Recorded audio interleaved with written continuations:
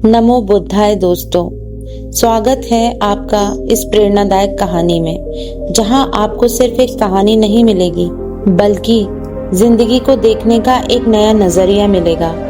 अगर आपने कभी सोचा है कि अच्छे इंसानों के साथ बुरा क्यों होता है, तो ये वीडियो सिर्फ आपके लिए है। वीडियो को पूरा देखें।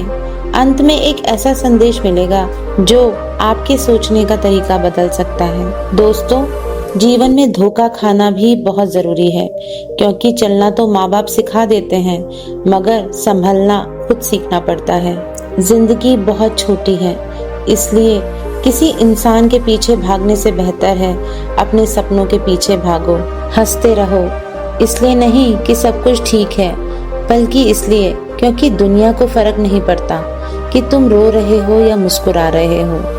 चील की ऊंची उड़ान देखकर चिड़िया कभी डिप्रेशन में नहीं जाती, लेकिन इंसान की तरक्की देखकर टूट जाता है।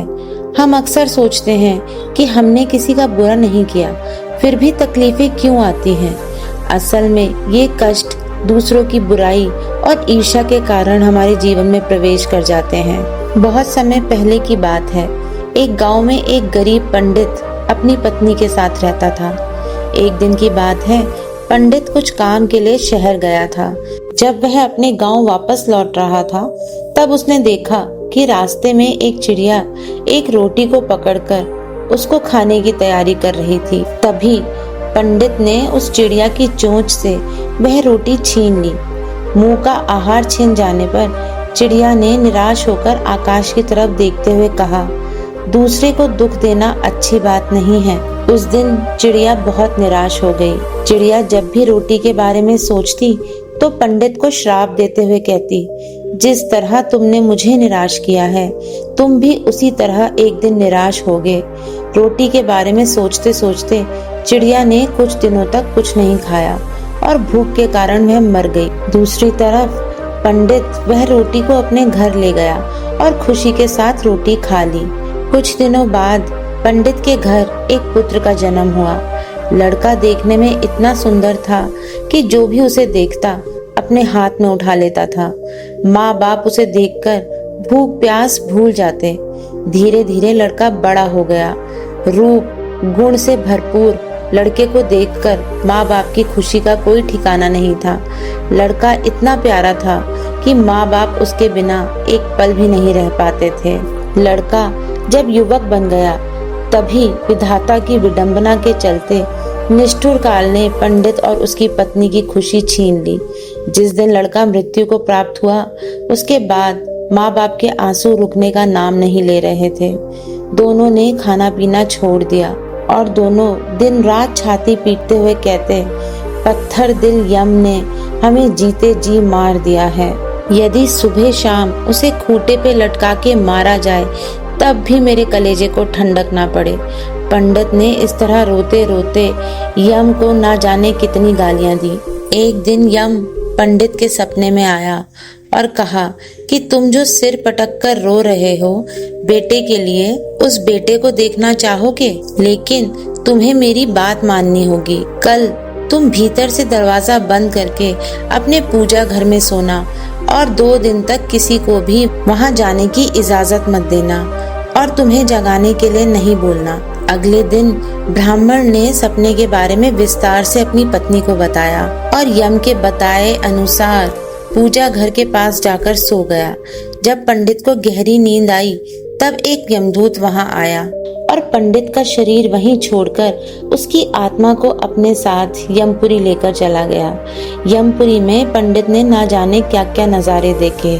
कहीं पर यमदूत पापियों को कूट कूट कर दर्द दे रहे थे, तो कहीं भयंकर तरीके से उन्हें घसीटकर नरक कुंड में डाल रहे थे। झुंड बनाकर यमदूत इधर उधर घूम रहे थे, शोर मचा रहे थे।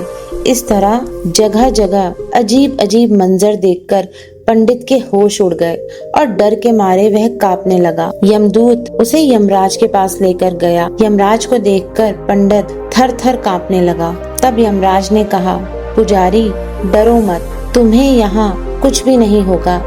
जरा तुम उन नौजवानों की तरफ देखो, क्या उनमें से तुम्हारा कोई बेटा है? पंडित ने उन नौजवानों की तरफ देखा तो अपने बेटे को मौजूद पाया। बेटे को देखकर पंडित ने खुश होकर कहा, जी महाराज, वह मेरा बेटा है।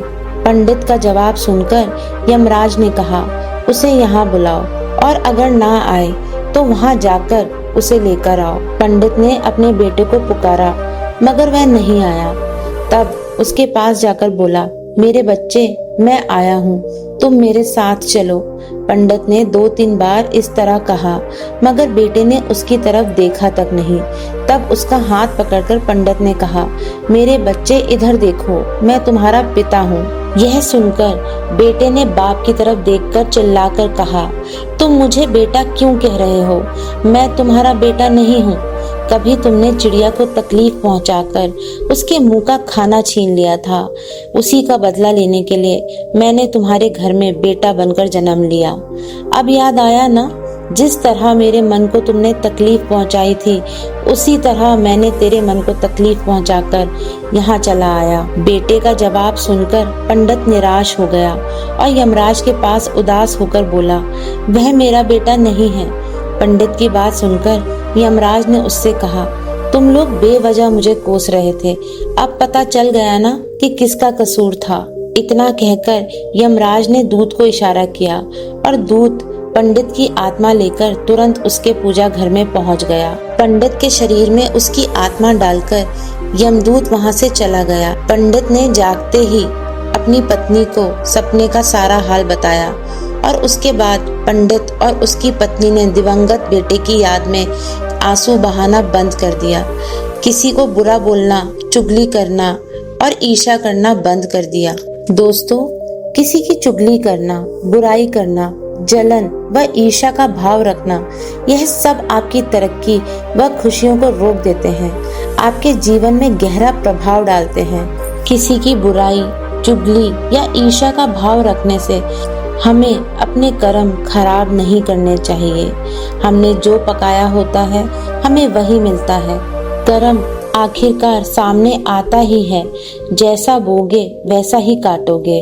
जिसे तुमने दुख दिया उसका दर्द एक दिन तुम्हारे दरवाजे पर जरूर लौट कर आता है। तुमने जिसका भी दिल दुखाया है वह कभी न कभी आपका हिसाब जरूर करेगा, चाहे इंसान बनकर या फिर हालात बनकर। कर्मों का न्याय इंसान नहीं करता, वक्त करता है और वक्त का फैसला आखिरी होता है।